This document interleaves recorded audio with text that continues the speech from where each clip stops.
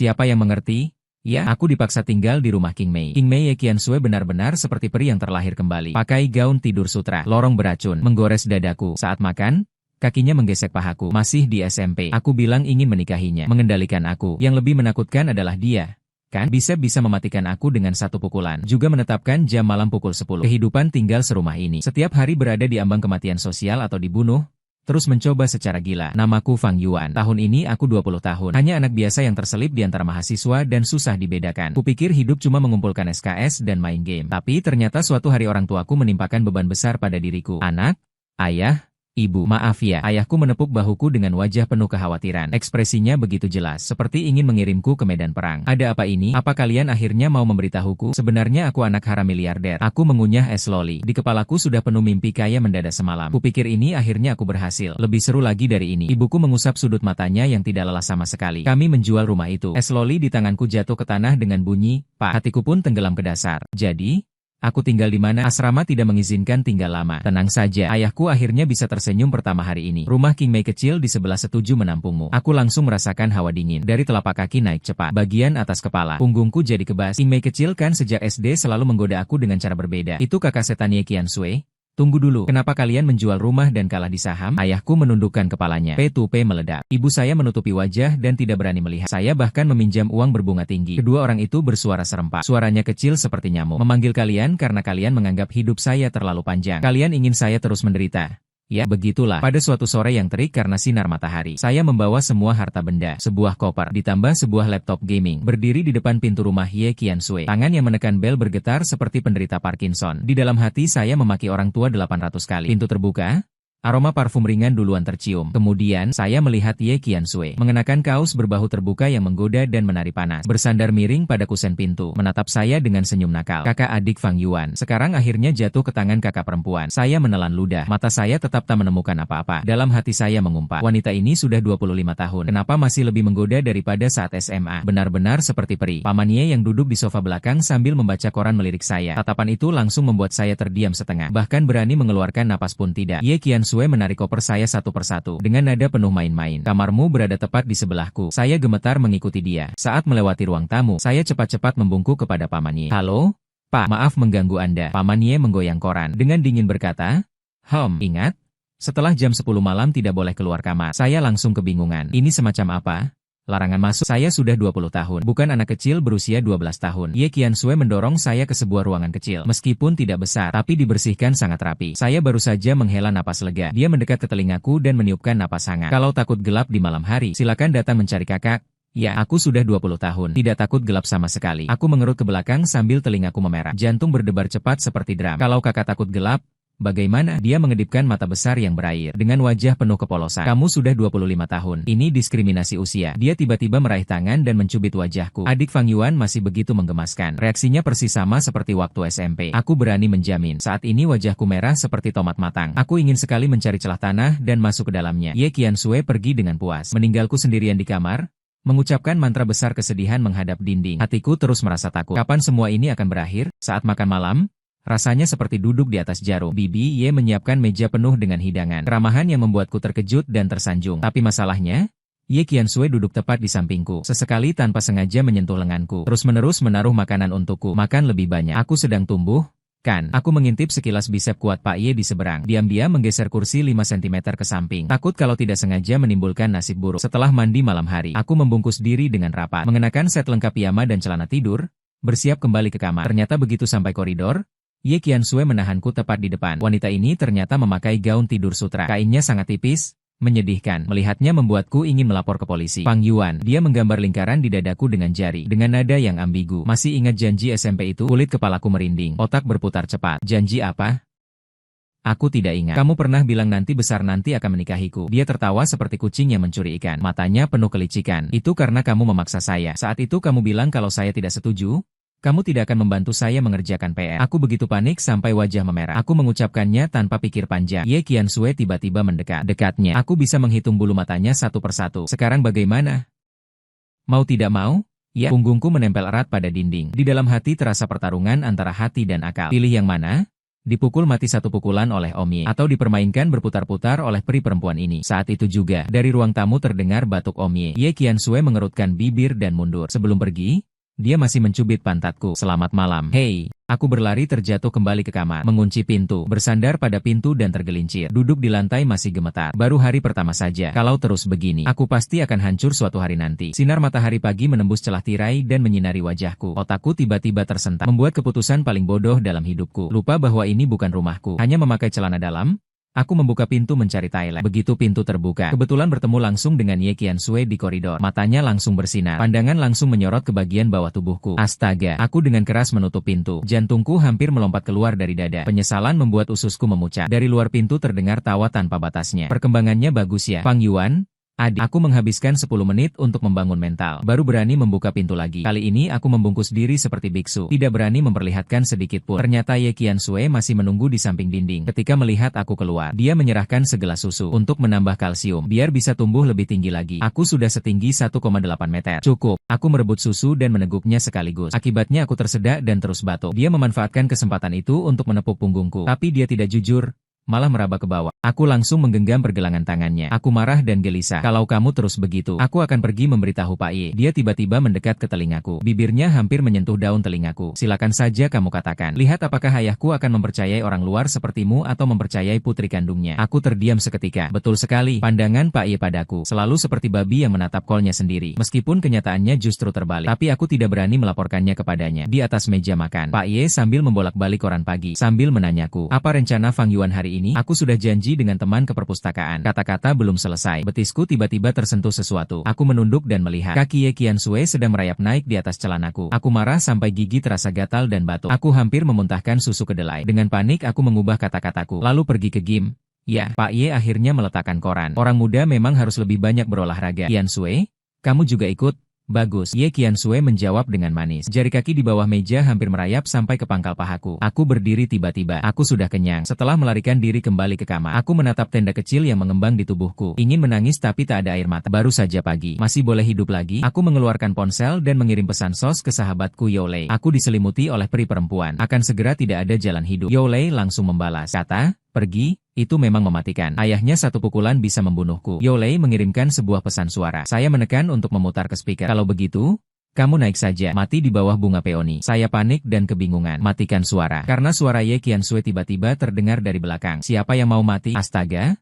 Ponselku langsung terbang keluar. Kenapa kamu masuk tanpa mengetuk pintu? Aku sudah mengetuk. Kamu terlalu asyik mengobrol. Tidak mendengar, dia membungkuk mengambil ponselku. Kerahnya terbuka lebar. Keindahan musim semi terungkap. Saya langsung menutup mata dan berbalik. Jangan melihat hal yang tidak pantas. Ye Qiansui tertawa sampai bunga bergoyang liar. Fang Yuan, adik, dengan penampilan seperti ini, nanti bagaimana cari pacar? Tidak perlu repotkan Anda. Saya mengambil bantal dan melemparkannya ke belakang. Hanya terdengar suara dia menghindar dengan ringan. Oh ya, dia berjalan ke pintu lalu menoleh kembali. Alis dan matanya tersenyum. Ayah saya baru kembali setelah 3 hari perjalanan dinas sore ini. Pintunya tertutup. Saya kaku di tempat. Ini jelas semacam ramalan kematian. Kan? Pasti siang hari. Saya berlari ke perpustakaan dengan kecepatan sprint 100 meter. Bahkan secara sukarela membantu teman mencari materi. Menunggu sampai malam di jalan pulang. Saya membeli sebuah pisau kecil untuk pertahanan diri. Hanya yang untuk mengupas buah. Cuma sekadar menghibur diri. Saat sampai rumah hampir jam 10. Di dalam rumah sangat sepi. Saya masuk pelan-pelan dengan hati-hati. Saya melihat lampu ruang tamu masih menyala. Bibi sedang menonton TV. Melihat saya kembali. Dia menyapa, Fang Yuan, sudah makan malam? Dapur sudah menyiapkan makanan untukmu. Sudah makan. Terima kasih. Bibi, aku membungkuk seperti menumbuk bawang putih. Kakak senior Qian, dia kerja lembur malam ini? Katanya mungkin tidak kembali. Aku menghela napas panjang. Hatiku yang tergantung akhirnya lega. Tapi entah kenapa terasa agak kosong. Sial? Begitu. Fang Yuan, kamu ngapain sih jadi begitu kehilangan? Keamanan nomor 1. Ngerti gak? Keluar setelah mandi. Aku menemukan ada lebih dari 10 panggilan tak terjawab di ponsel. Semua itu panggilan dari Ye Qiansui. Aku masih ragu apakah harus membalas. Bel pintu tiba-tiba berbunyi. Tante Ye sudah tidur. Aku terpaksa mengumpulkan keberanian untuk membuka pintu. Di luar pintu berdiri Ye Qiansun yang mabuk. Seluruh tubuhnya goyah. Tidak bisa berdiri dengan stabil. Secara refleks, aku menahan dia. Ternyata dia langsung menempel pada tubuhku. Fang Yuan mengantarku kembali ke kamar. Aroma alkohol yang kuat bercampur dengan bau parfum di tubuhnya membuatku pusing dan berkunang-kunang. Aku setengah menarik, setengah menggendongnya naik ke atas. Wanita ini masih belum tenang. Terus-menerus menghembuskan napas ke telingaku. Kakak, Panas sekali. Bantu aku lepas pakaian. Kamu lepas sendiri. Aku melemparkannya ke tempat tidur. Cuma mau lari dari bajunya. Tapi dia menahannya dengan kuat. Ye Qiansui menatapku dengan tatapan yang melankolis. Saat SMP, kamu jelas bilang suka padaku. Detak jantungku terlewat satu kali. Kenangan yang terkubur tiba-tiba meluap. Itu saat lomba olahraga SMA. Aku di kelas 2 SMP. Dia di kelas 3 SMA. Dia jatuh setelah berlari 800 meter. Aku menggendongnya ke ruang medis. Di jalan, dia menanyakan jenis gadis apa yang aku suka. Aku tiba-tiba bersemangat. Aku bilang, seperti kamu ini. Itu karena masih muda dan bodoh. Aku menarik kembali pinggiran bajuku. Tidak berani menatap matanya. Cepat tidurlah. Tutup pintunya. Aku bersandar pada dinding. Tarik napas dalam-dalam. Detak jantung berdebar kacau seperti benang kusut. Ponsel tiba-tiba bergetar. Itu pesan dari Ye Qiansui. Si pengecut. Hehe, aku menggertakkan gigi sambil membalas. Gadis nakal cuma nakal sama kamu. Apakah wanita ini benar-benar mabuk? Aku melarikan diri kembali ke kamarku, menyembunyikan wajah ke dalam bantal. Jeritan tanpa suara. Berakhir kalau terus begini. Aku pasti akan jatuh ke tangannya suatu saat. Keesokan harinya setelah Paman Ye tidak di rumah, aku memutuskan untuk memakai strategi pertahanan. Selalu menghindari Ye Qiansui. Pukul 6 pagi aku menyelinap keluar rumah. Lari ke McDonald's 24 jam untuk tidur lagi. Saat makan roti siang, aku menerima pesan dari Ye Qiansui. Dia bahkan mengirim emotikon pisau. Tanganku bergetar. Roti langsung jatuh ke lantai. Dalam hati aku berseru, apakah wanita ini punya radar? Sore itu aku duduk di sudut perpustakaan, membalik semua bahan skripsi. Petugas datang ketiga kali menanyakan temanku, kamu tidak apa-apa? Baru kemudian aku pelan-pelan memutuskan pulang. Begitu masuk ke kompleks, aku melihat Ye Qiansui bersandar di pintu unit, memegang kunci mobil.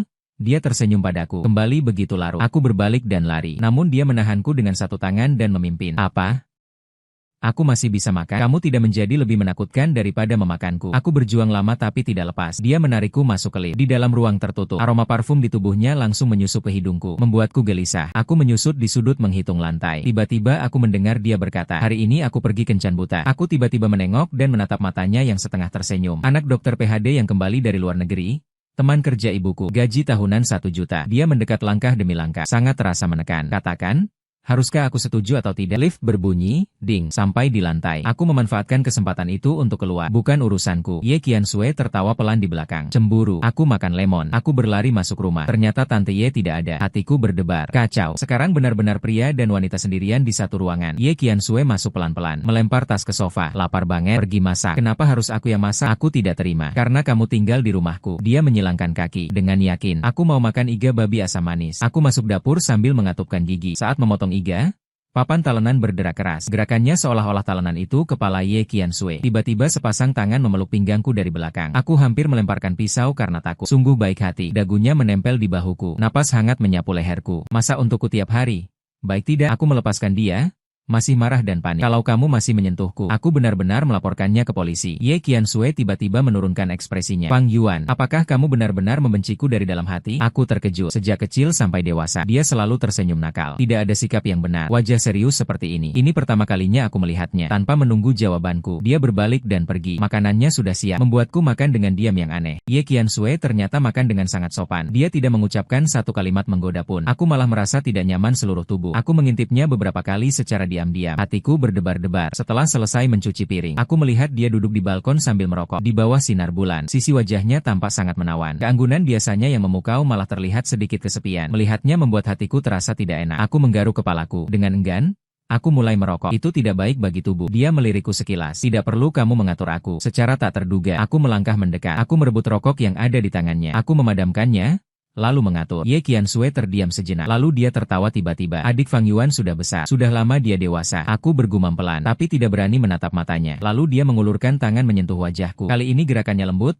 Tidak ada lagi canda tawa seperti dulu. Kenapa dia terus menghindariku? Aku mencium aroma tembakau ringan di tubuhnya, campur dengan wangi sampo yang familiar. Detak jantungku cepat seolah akan berhenti. Aku menahan napas lama. Akhirnya terucap satu kalimat. Takut kamu tidak bisa menahan. Ye Qiansui tertawa terbahak-bahak. Lalu cepat menahan tawanya. Serius? Ngomongnya, jika aku menyukaimu, apa yang akan kamu lakukan? Otakku langsung hang. Ini lelucon baru. Aku mundur setengah langkah dengan waspada. Kamu lagi ingin mempermainkanku. Tatapannya menjadi gelap. Dia berbalik dan masuk ke dalam rumah. Sudahlah, tidur saja. Aku berdiri di tempat. Hatiku terasa hampa. Aku selalu merasa telah melewatkan sesuatu yang sangat penting. Setelah kembali ke kamar, aku berputar-putar tidak bisa tidur. Pada pukul 2 pagi, aku mengeluarkan ponsel dan mengirim pesan ke Ye Qiansui. Apakah dokter kura-kura itu tampan? Balasannya datang 3 detik kemudian. Cemburu?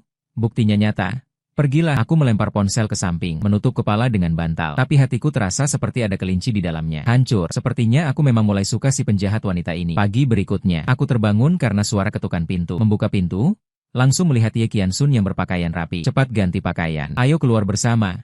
Mau kemana? Aku mengusap mata dan bertanya tentang kencan. Dia berkedip sambil tersenyum licik. Aku menolak perjodohan. Rahangku hampir jatuh ke tanah. Siapa yang mau kencan denganmu? Tidak pergi juga tidak apa-apa. Dia mengeluarkan ponsel dan mengibaskannya. Kalau begitu, aku harus memberitahumu. Kemarin malam seseorang di balkon menatapku. Aku bergegas, merebut ponsel dan memberikannya padaku selama 10 menit. Ye Qiansui tertawa seperti rubah yang mencuri ayam, membuat gigiku terasa gatal. Aku menutup pintu dan bingung di depan lemari pakaian. Cuan Tai formal. Terlihat aku terlalu peduli. Ya? Cuan Tai santai, dan takut dia menertawakanku. Akhirnya memilih kemeja bergaris, bahkan diam-diam menyemprot sedikit parfum. Dalam hati mengutuk diri sendiri karena tidak berprestasi. Turun ke bawah, langsung melihat dia bersandar di samping Mazda merah menungguku. Di bawah sinar matahari, dia putih berkilau. Kacamata hitam diletakkan di atas kepalanya. Gerakan melambaikannya ke arahku. Benar-benar seperti model di majalah. Membuat detak jantungku terlewat 1 kali. Mau kemana? Aku mengikat sabuk pengaman. Tangan bergetar. Taman hiburan. Dia menekan pedal gas dengan 1 kaki. Katanya saat biang lala mencapai titik tertinggi, pasangan yang berciuman tidak akan pernah berpisah. Siapa yang mau menciumimu? Wajahku memerah. Aku buru-buru membantah. Kamu bilang kita pasangan? Dia melirikku dengan tatapan menyindir. Fang Yuan, adikmu? Pikirannya tidak murni. Ya, aku memutuskan untuk diam saja. Lalu aku kembali bercanda dengannya. Cepat atau lambat aku akan mati karena marah. Di taman hiburan, orang berdesakan seperti gunung. Terjepit sampai susah bernafas. Ye Qiansui memaksa menarikku naik roller coaster. Aku menelan rasa takut dan naik. Saat jatuh, dia menggenggam erat tanganku. Teriakan hampir menusuk gendang telingaku. Setelah turun, kakiku lemah.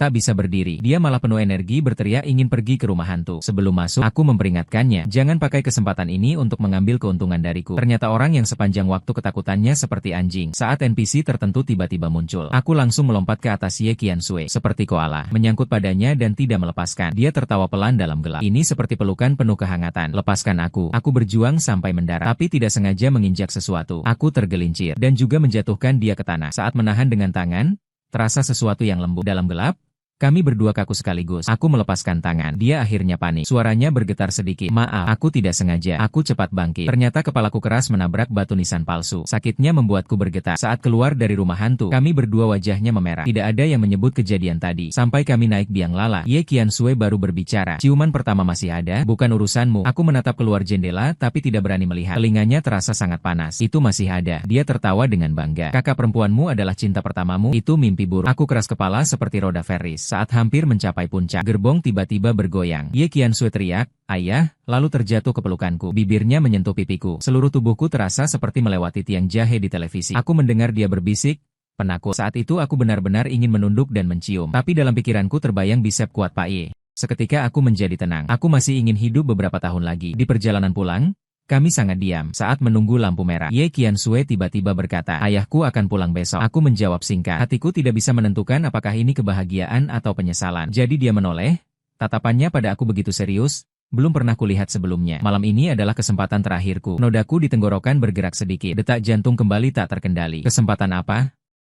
Kesempatan untuk tidur bersamamu. Dia kembali dengan senyum sinisnya. Tapi entah kenapa aku merasa ada maksud lain di balik kata-katanya. Pergi?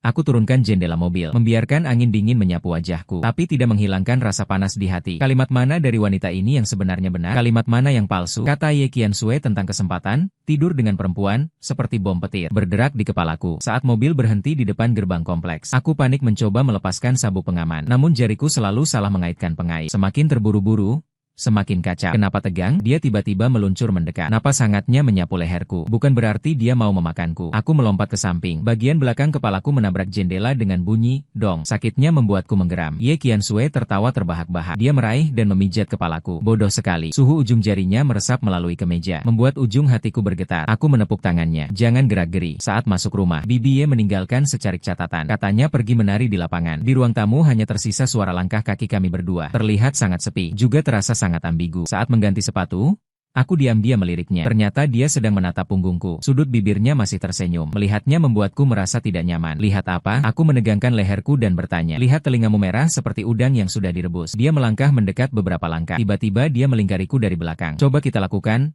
Bagaimana? Seluruh tubuhku kaku. Sandal di tanganku terjatuh dengan suara plak ke lantai. Apa itu? Apakah menjadi pasangan yang tinggal serumah? Apakah mengubah ikatan buruk selama bertahun-tahun menjadi hubungan yang serius? Hatiku berantakan. Sesaat itu aku tak bisa berkata-kata. Kamu Kamu sudah mabuk. Aku mencoba memisahkan tangannya, tapi dia malah memelukku lebih erat. Aku sangat sadar. Daguannya menempel di bahuku. Suaranya teredam. Sejak hari di SMP ketika kamu menggendongku ke ruang medis, aku selalu sangat sadar. Aku terkejut. Kenangan yang terkubur muncul seperti ombak. Musim panas itu, dia memakai pakaian olahraga putih. Pucuk dahinya berlumuran darah saat dia berbaring di punggungku. Napas hangatnya menyentuh lekuk leherku. Aku pada saat itu masih bercanda dengan berkata, "Ye Qiansui, kamu harus diet." Akibatnya, aku dipukul sehingga lengan terasa sakit selama 3 hari. Saat itu kamu bilang suka cewek sepertiku. Suaranya ringan seperti keluhan. Apakah kamu menipuku? Tiba-tiba tenggorokanku terasa tersumbat. Detak-detak yang sengaja saya tekan ke bawah itu. Saat ini semuanya muncul ke permukaan. Ternyata saya bukan takut padanya, tapi takut saya tidak bisa mengendalikan perasaan saya terhadapnya. Takut setelah menembus lapisan tipis ini, bahkan tidak bisa menjadi saudara. Saat saya hampir mengucapkan tidak, kunci pintu tiba-tiba berputar. Kami berdua terpisah seperti tersengat listrik. Tante Ye membawa keranjang belanja berdiri di pintu. Melihat, saya juga melihat. Ye Qiansun tiba-tiba menampilkan senyum yang tulus. Aduh, apakah saya sudah kembali? Bukan waktunya. Wajah ibu Ye Qiansui memerah sampai bisa meneteskan darah. Malu sampai menendang-tendang kaki terus-menerus. Hai tante, saya ingin sekali menemukan celah tanah dan masuk ke dalamnya. Mengambil tas, langsung berlari ke kamar. Saya kembali ke kamar untuk menulis makalah. Saat menutup pintu, saya mendengar Tante Ye di luar bertanya, "Qiansui, kamu dan Fang Yuan?" Kata-kata di belakang tidak terdengar jelas. Saya bersandar pada papan pintu, duduk tergelincir di lantai. Jantung berdegup seolah akan menghancurkan tulang rusuk. Kenapa tadi tidak mengaku? Kenapa lagi menjadi pengecut? Saya menumbuk lantai dengan keras. Menyesal atas keberanian saya yang lemah. Ponsel bergetar.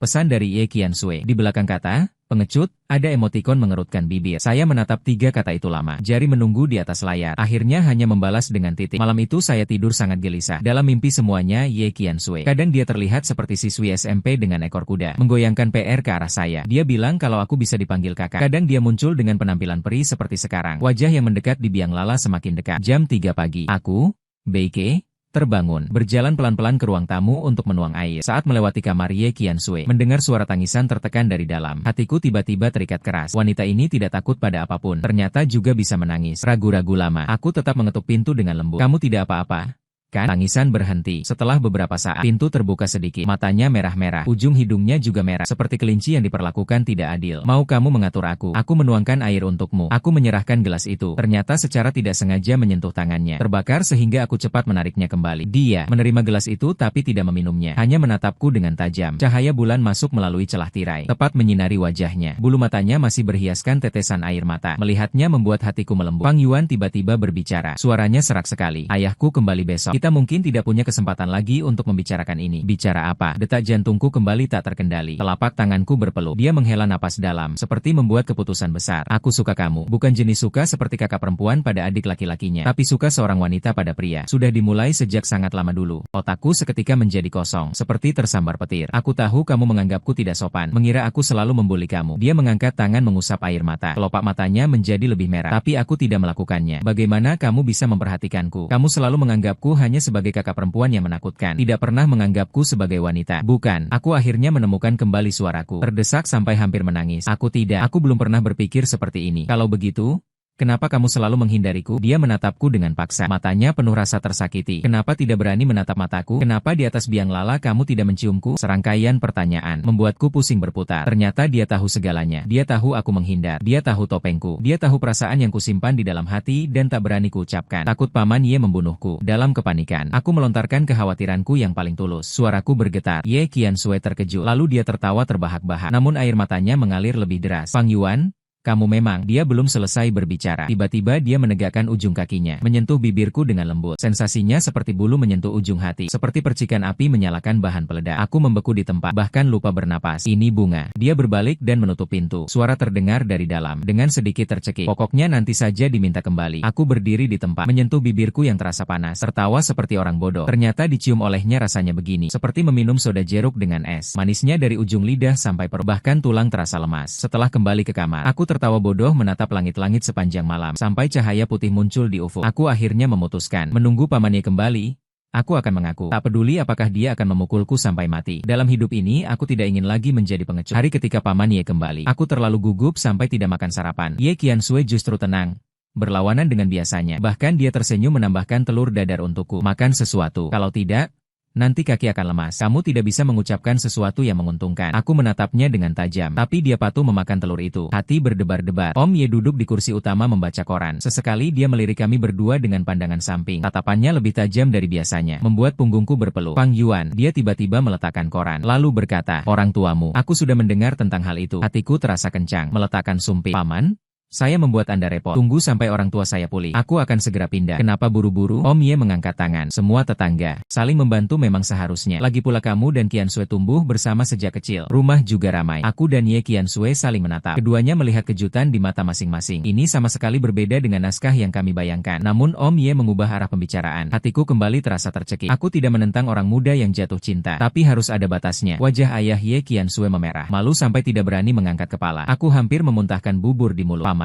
Semalam tante Anda sudah memberitahu saya. Om Ye tiba-tiba tersenyum. Senyum itu lembut namun sedikit berwibawa. Seperti saat pertama kali bertemu dengannya. Kalian berdua?